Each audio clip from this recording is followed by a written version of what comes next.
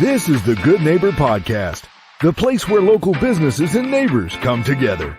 Here's your host, Scott Howell.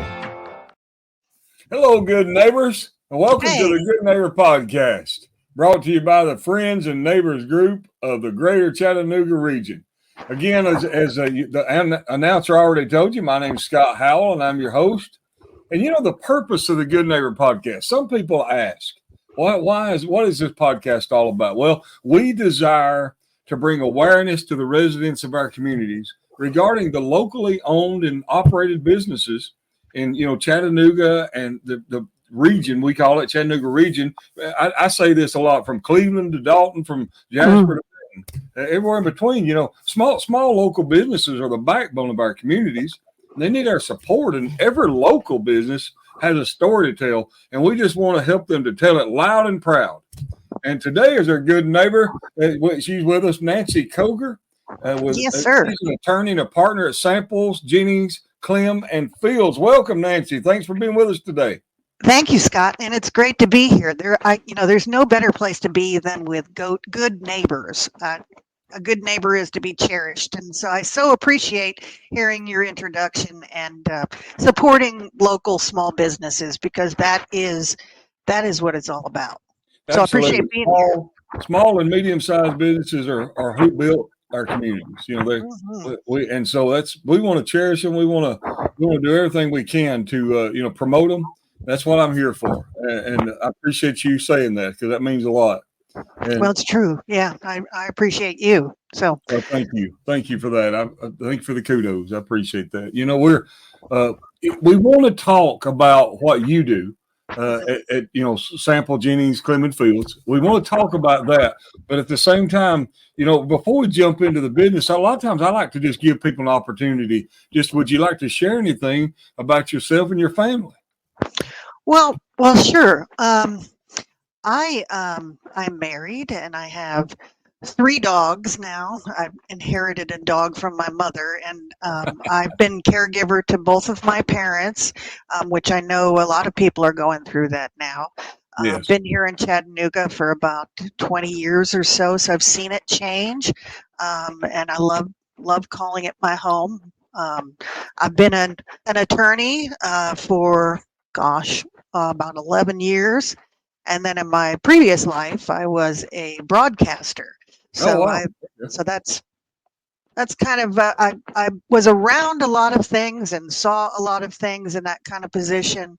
And then, I always had a passion to help people. So that was part of the reason I decided to go on to law school, because that would give me more kind of the hands-on ability to help people. And that's really what I'm passionate about. Okay. And you mentioned you took care of your parents. I think that kind of lends into what you're going to talk to us today about what you do there. So let's just dive in and go straight into that, Nancy. Sure. No, I appreciate that, Scott. So my practice areas are estate planning, elder law, and that included in that is probate, of course, when someone dies, and then trust administration, all those things. And that can sound like a lot, and it's hard to define something like that. But basically what it means is putting your affairs in order while you are competent and able to do that. Where do you want your things to go? Who do you want to make decisions for you if you can't make those decisions on your own? Who do you trust with your property? How do you want to manage your assets? I get people who say, well, I don't really have very many assets. Well, they're still your assets. You should take some effort to protect those, because there are things you can do to protect before something happens down the road. You hear a lot about end of life recovery, Medicaid recovery, some of those things. Yes. And, for me, we spend so much time accumulating and working hard in our lives, and we want to leave a better life for our families.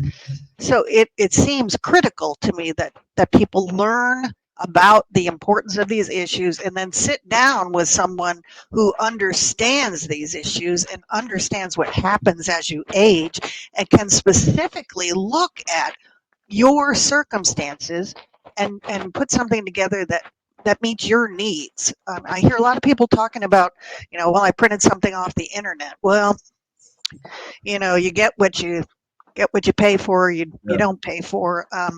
I've seen a lot of problems about people that have done things that just are not enforceable. They're wrong. They're cookie cutter documents. They just don't have what they need in them. And when they need them, then they won't work. So obviously I'm passionate about this. And the core is that I want both those caregivers that are helping their adult parents in that role have what they need to care and make the decisions that they need to when they need to, and have options. And then secondly, have people have something in place that protects them and does what they want it to do. Because guess what? If you don't do that, guess who makes the decisions? The government. Right. So you don't want the government making decisions about your life. No, that's the truth. Whether you're living or dead, right? I mean, there's many decisions you can do on your own. That's for sure. Yeah. So you're talking about people printing things off and just thinking, trying to go the cheap route, thinking that's good enough. Tell us some of the myths and misconceptions that you run into that people have, regarding what you do and thinking they can just do it on their own. Well, I get a lot of calls from people who say, I want a simple will. And I think they think that that's just a simple form where we fill in the blanks. And that's just not true. I think some people would sell you that, but I think you are underserved or maybe even just not served at all by something like that. Because Tennessee, first of all, is what we call a statutory formality state, which means if it doesn't meet the criteria for what they consider a will, it's not a will. Oh, wow. So there's a lot of risk there if you're not doing what the law requires. Now, there's some options in Tennessee. We have handwritten wills. If it's entirely in the handwriting of a testator or will maker, that can be enforceable. In the Chancery Court in Hamilton County, where I practice, we've had handwritten wills. They even had a will once that came in written on toilet paper. I mean, it's just, why someone would do that, I don't know. But there's a risk with that too, Scott, because as a matter of fact, I just ended about 2 years worth of litigation over a handwritten will. Wow. And, it's ripe for that kind of stuff. You're talking about money, you're talking about stuff. And when you're talking about family, there's always the potential of some conflict. And I think if you don't do it the right way, you're really setting yourself up for problems, either when you can't do anything about it or after you're gone. So there's just so many, I liken it to a landmine, a minefield. Because, when it comes to minors, it comes with people with disabilities, it comes with people with cognitive issues, people that can't handle money well. I mean, these are all things that we can deal with, but if you don't deal with them, then it's just left exposed. Yeah. You mentioned about Tennessee being, and I can't repeat that phrase that you said, but. Sounded very lawyerly, didn't it? Statutory. Now I can't say it. Statute formality state. Yeah. Formality state. Statutory formality means it has to be how they want it, or it's not. So in other words, that's why you went through a 2-year ordeal. If whoever, and I'm not trying to call anybody out, but if whoever went through that 2-year ordeal had to handle that up front, maybe more by the law, it wouldn't have took 2 years to handle it, right? Is that basically what? Yeah, it was a document about this big that simply said, when I die, I want this person to get everything I own signed this person. And, under the law, that could constitute a handwritten will. It doesn't need a date, doesn't need witnesses. But, the family spent probably 6 figures arguing about whether it was or it wasn't. And, the somebody family got left out, huh? Yeah. Yes. Yeah. So, how families are. So, yeah. And it's just really sad because I would rather someone do it the right way and then have as little or no court administration required, because you can do that. And you mentioned to me about trust, and we could talk about that a little bit. Yes. Because the less administration that's required, the quicker your family will get the things that you want them to have, and it won't cost as much. again, you don't want the government dictating what you do about your stuff. So no, absolutely not. And and not only that, I knew someone that inherited some money. There was money, and then there was the selling of property, and they inherited money, and then to turn around and find out the amount of taxes that they're going to have to pay because they didn't put it in a trust. They didn't put it in a situation that could be handed over to the family without these tax penalties.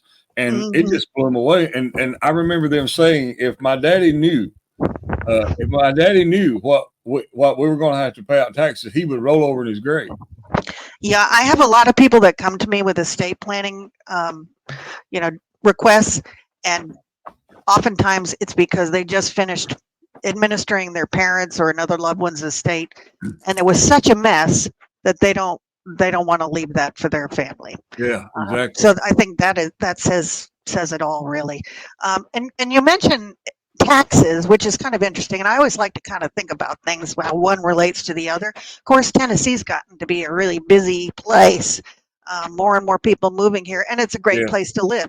But one of the reasons is because this is a really good place to die. Tennessee does not have an inheritance tax. It expired about 10 years ago. It was $1 million. Now we don't have any at all. So if you see some of these people coming from tax-weary states, that's why. That's a big reason why. I didn't know that. That's awesome. Mm-hmm. Yeah. Wow. Yeah, and so if you can get things to pass, and if you can get things to pass quickly and the right way, then that's more money in your family's pocket. For your grandkids, whatever, or even if you want to leave it to a charity or your church, these are all things you can do. So I think it's worth the investment, and it really is not all that expensive. I do all my estate planning on flat rates, and I just kind of, I know the type of work I'm going to do depending on what someone asks me, and I know, basically how much time it will take. So I like to give someone, here is the amount that this is going to cost. That's nice. Lawyers, I think, are some of the people that you never quite know what something's going to cost. So I like to give them that opportunity, and we talk through things. I often, I don't call initial consultations. I call them strategy sessions, because I want to sit down with you. I want to get to know you. I want to get to know your family. I want to know what you're concerned about. I want to know what options you're willing to consider, because chances are you don't know all the options that are available to you, and that is really beneficial. And most of the time when I finish with folks, they are on target. They say they feel so much better because they thought it was something. It's not something people look forward to, but they feel so much better and empowered, and they know what they're going to have. And I want to make sure they understand what they're signing. And that's who I am as a business owner. Awesome. I care about my clients, and I don't know if I can dovetail into this or not, but I do also have a podcast now, which I think I mentioned to you. It's called Boomer Time with Nancy Cogar, and we do that right here in Chattanooga. And it's gotten a lot of great response.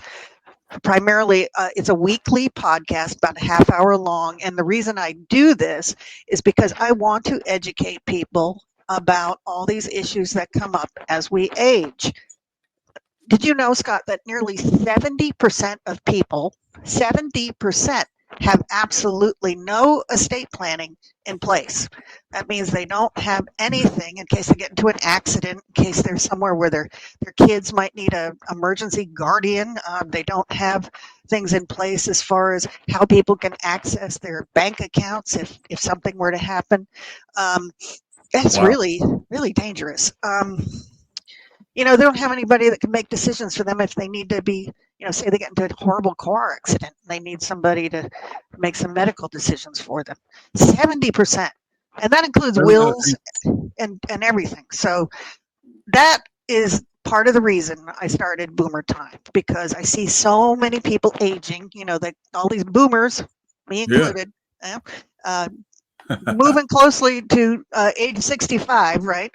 So we're getting older, and we're not prepared for that. Quite frankly, I don't mean that with any kind of disrespect at all. But we've worked hard. We've accumulated a lot of things, but we haven't put anything in place to try to protect them and plan for them. That's a high number. Only 3 out of 10 people are prepared. I mean, that's not a good thing. And I think you spoke to something a while ago, Nancy, that I just want to reiterate. I think a lot of people, the reason they're not prepared, they don't know what it's going to cost, and they're scared. Yeah, they're afraid. What? Because not everybody's wealthy, but some people have enough that they are concerned about. I have never yet, and I'm not saying it hasn't happened, but I've never yet heard anyone that willed everything they had to the government. I've never heard anybody that did that. And so nobody wants everything they have going to the government, but there's a fear there. I was talking to a financial advisor lately. He was talking about how people sometimes are afraid to talk to him because they're afraid of humiliation. They're afraid they don't have anything set up, and they're afraid to admit that. And they're afraid to admit they're kind of broke and don't really know where to start. So I think that you're helping alleviate some of that fear that people have. I hope so, because on the other end of it, I've, as I mentioned early on, I've been caregiver for both of my parents, and I know more and more people are finding this role where they're not only working during the day and taking care of their own family, but now they've got mom or dad or somebody that's got a need to be cared for, and it's extremely stressful. And most people don't even know where to start or what they should be doing to protect mom and dad. Mom and dad may not be very cooperative. So, I really, and I think it has helped some people. Like I said, I've heard some good feedback, but I do things every week. Sometimes I have someone in. I have the Register of Deeds in Hamilton County is coming up in a couple of weeks, and there's so much fraud out there with people as far as their real estate. So we talked about that. And there's some simple things people can do to even protect against that. So, this is just what I'm passionate about, and I want to be able to help my community. There's so many things that you've mentioned right here in this, 17 minutes that you and I have been talking. So much that you've mentioned that I never even thought of. I mean, I never even considered myself. So it's like, wow, this really it's some serious issues, but it sounds like you uncomplicate them for people so that they can understand it, and they can take it that bite at a time and understand that it's not too expensive to take care of. It's too expensive not to take care of. Not to, yeah. I just want to mention something that I think kind of one thing I hear from people, and sometimes their only asset is their house. Well, that's an asset nonetheless, right? Absolutely. And it's appreciating over time. And there are just some simple things they can do that really harm that asset. Okay. And I just want to mention these two things. Please do. For instance, you hear about mama or papa worried about, 10 care or Medicaid coming back and taking their house. You hear that a lot. So, I'm afraid I might end up in a nursing home, and I'm going to quit claim my house to my kids. That is really a big mistake for a bunch of reasons. Really? Number one, you're giving away your biggest asset for nothing. And the government is going to have a problem with that. Okay. Your house is an exempt asset when you apply for Medicaid. Because they don't want to make you homeless. You're allowed to have a house. And also, if you quit claim it, you're giving away your step up in basis. You're giving away all the equity that you accumulated over the years, which could have been inherited from your kids when you passed in your inheritance, but you're effectively giving that away too. So it's not good for a lot of reasons. as I mentioned, that house is exempt for those purposes, and Medicaid applications are very complicated. But there are some things you can do to plan for long-term care, and I Okay. do some of those too. So you don't need to do some of those things. You can preserve your house. You can. If your kids plan to care for you, we can do a caregiver agreement, and you could build some consideration or value in exchange for them keeping you out of the nursing home. So, that's just one example, but it's the kind of thing that you need to talk to someone who is involved in these strategies. And, as I said earlier, a form, cookie cutter form with just fill in the blank, it just won't work. And a form with fill in the blanks not valid in Tennessee either. So don't go down to Office Depot and buy that. So Don't go buy a roll No. of Charmin and make that work either, right? yeah. Well, that one worked apparently. I don't know. Had the right language on it, I guess. Yeah, I guess. I don't not want to know what the mind frame was when that person made that will. So, I was going to ask you a few personal things, Sure. because, but I think you've given us so much information that's more important than a lot of that. I will say for us dog lovers, let me ask you a question. Well, what's your name of your pups? Well, you're going to laugh when I tell you this. Tell me. Their names are Atticus and Finch. Atticus and Finch. Yeah, like what the old Harper Lee book. Yeah. Yeah, So, Atticus and Finch. Yeah, of course. So yes. yeah. And which one did you inherit recently? Oh well, that's Sugar. She's Sugar. got attitude, and we call her Shug Shug. So Yeah, is there anywhere fun in Chattanooga that you go take them to do anything? Get them out and walk or anything? Yeah, I love walking. I love the YMCA. I love to go to Heritage Park and then down to the Walnut Street Bridge. And we just live in such a pretty place, Yeah, It's just, absolutely. and that's why I want people to be well and be able to get out and Yeah. be mobile and enjoy their older years, because you don't want to be stuck and not able to do the things that you've worked so hard to do. So Chattanooga has changed for the better in the last 20 years. You said, I remember, I was raised in Alabama, and I remember, and we would go visit my aunt and uncle that lived in Chattanooga. And when I was a kid, and now I'm dating myself here, but 45 years ago, it was a nasty place. Oh yeah, Walter Cronkite called it the armpit of America or something like that. It was terrible. Yeah. There was, but now it is so beautiful. And like you said, so many good places to just get out and enjoy yourself and breathe the fresh air. It's a wonderful place. Go ahead, please. No, I was just going to say when I first came here, a lot of downtown was still all boarded up, Yeah, exactly. And it's just so exciting to see new life in the city. So. It's such a wonderful, to me anyway, a wonderful place. I love Chattanooga and love the whole region, But I want to ask you one thing. I always like to ask this. One of the last questions I always like to ask people is this. If there was one thing, big O, right?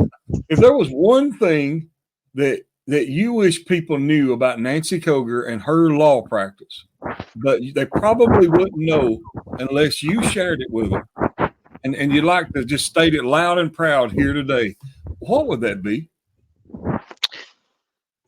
Well, I think some of it I've already said, and I know, some people may think it sounds like a line, but I really do care about people. Yeah. And I care about what I do. It's important to me. I'm a person of faith, and I believe that I have an obligation to serve people well.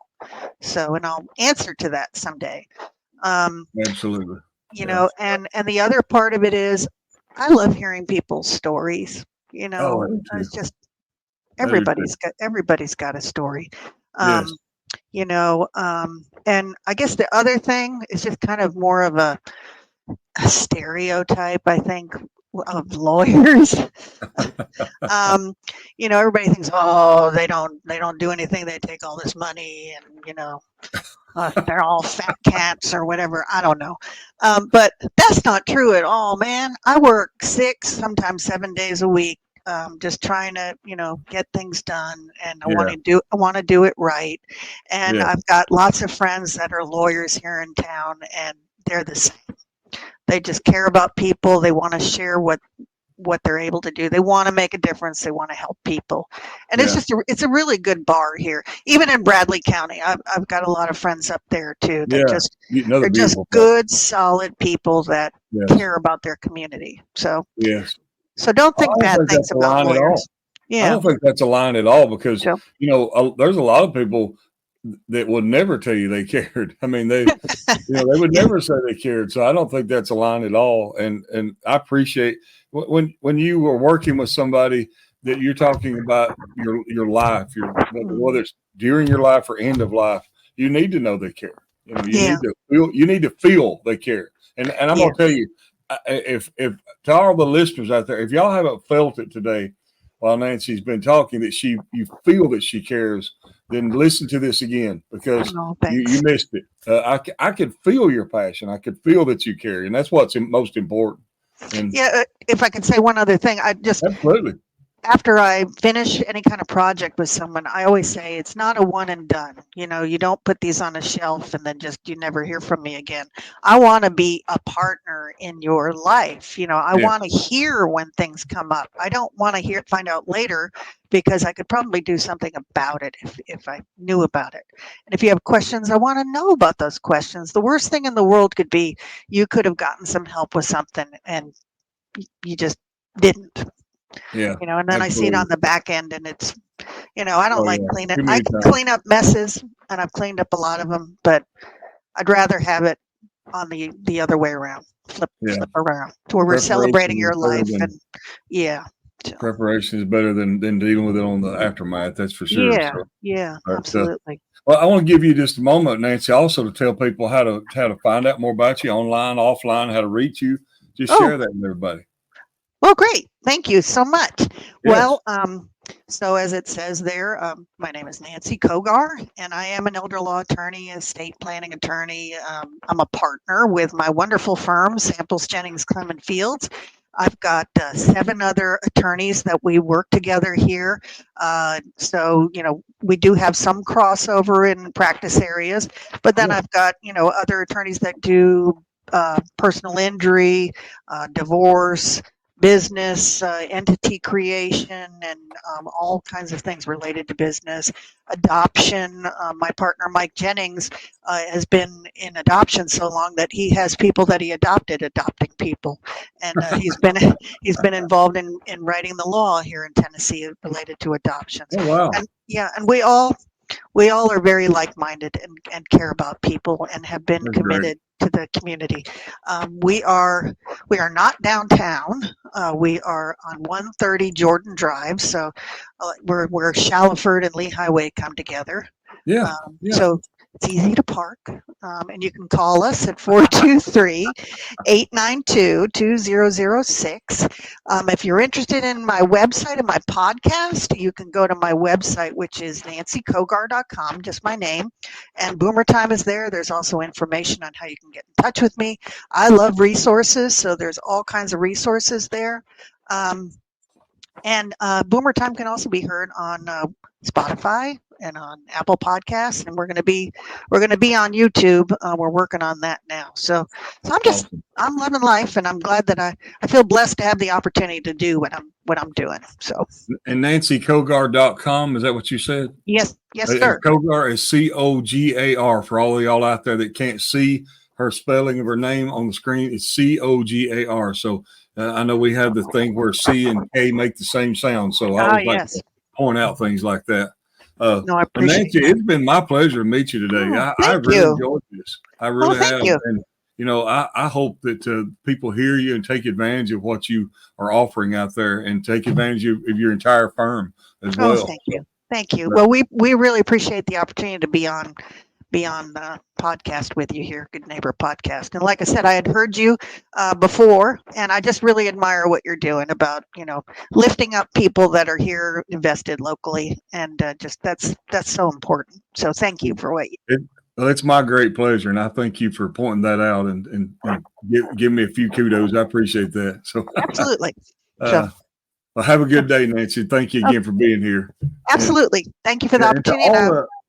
To all the good neighbors of the Chattanooga region, after meeting with Nancy and learning more about what she does there at Jennings Cleansing Fields, I hope that you take a moment to consider all they have to offer. Remember them when you need or want the products and services they provide. And of course, before ending,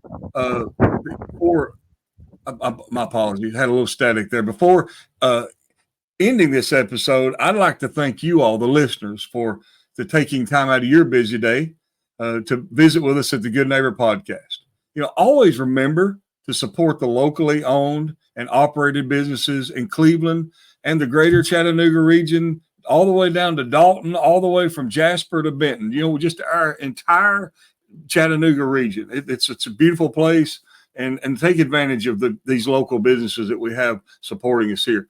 This is Scott Howell of the Friends and Neighbors Group. Everyone go out and make this a remarkable day. Thank you for listening to the Good Neighbor Podcast. To nominate your favorite local businesses to be featured on the show, go to gnpcleveland.com.